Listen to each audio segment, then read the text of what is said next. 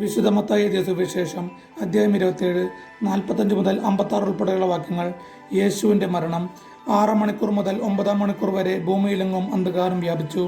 ഏകദേശം 9 മണിക്കൂറായപ്പോൾ യേശു ഉച്ചത്തിൽ നിലവിളിച്ചു, ഏലി ഏലി ലമ സബക്താനി, അതായത് എൻ്റെ ദൈവമേ എന്തുകൊണ്ട് നീ എന്നെ ഉപേക്ഷിച്ചു. അടുത്തു നിന്നവരിൽ ചിലർ ഇത് കേട്ട് പറഞ്ഞു, അവൻ ഏലിയായെ വിളിക്കുന്നു. ഉടനെ അവരിൽ ഒരാൾ ഓടിച്ചെന്ന് നീർപ്പഞ്ഞിയെടുത്ത് വിനാഗിരിയിൽ മുക്കി ഒരു ഞാങ്ങണമേൽ ചുറ്റി അവന് കുടിക്കാൻ കൊടുത്തു.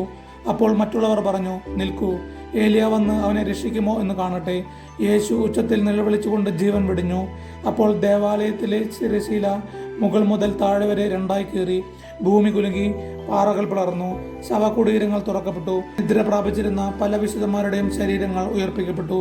അവന്റെ പുനരുത്ഥാനത്തിനു ശേഷം അവർ ശവകുടീരങ്ങളിൽ നിന്ന് പുറത്തു വന്ന് വിശുദ്ധ നഗരത്തിൽ പ്രവേശിച്ച് പലർക്കും പ്രത്യക്ഷപ്പെട്ടു.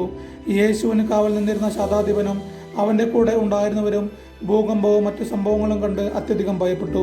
സത്യമായും ഇവൻ ദൈവപുത്രനായിരുന്നു എന്ന് പറഞ്ഞു. ഗലീലയിൽ നിന്ന് യേശുവിനെ അനുഗമിച്ചിരുന്നവരും അവന് ശുശ്രൂഷ ചെയ്തിരുന്നവരുമായ അനേകം സ്ത്രീകൾ അകലെ ഇക്കാര്യങ്ങൾ നോക്കിക്കൊണ്ട് നിന്നിരുന്നു. അക്കൂട്ടത്തിൽ മഗ്ദലേന മറിയവും യാക്കോബിന്റെയും ജോസഫിന്റെയും അമ്മയായ മറിയവും സെബദീ പുത്രന്മാരുടെ അമ്മയും ഉണ്ടായിരുന്നു. നമ്മുടെ കർത്താവ് യേശു മിശിഹായ്ക്ക് സ്തുതി.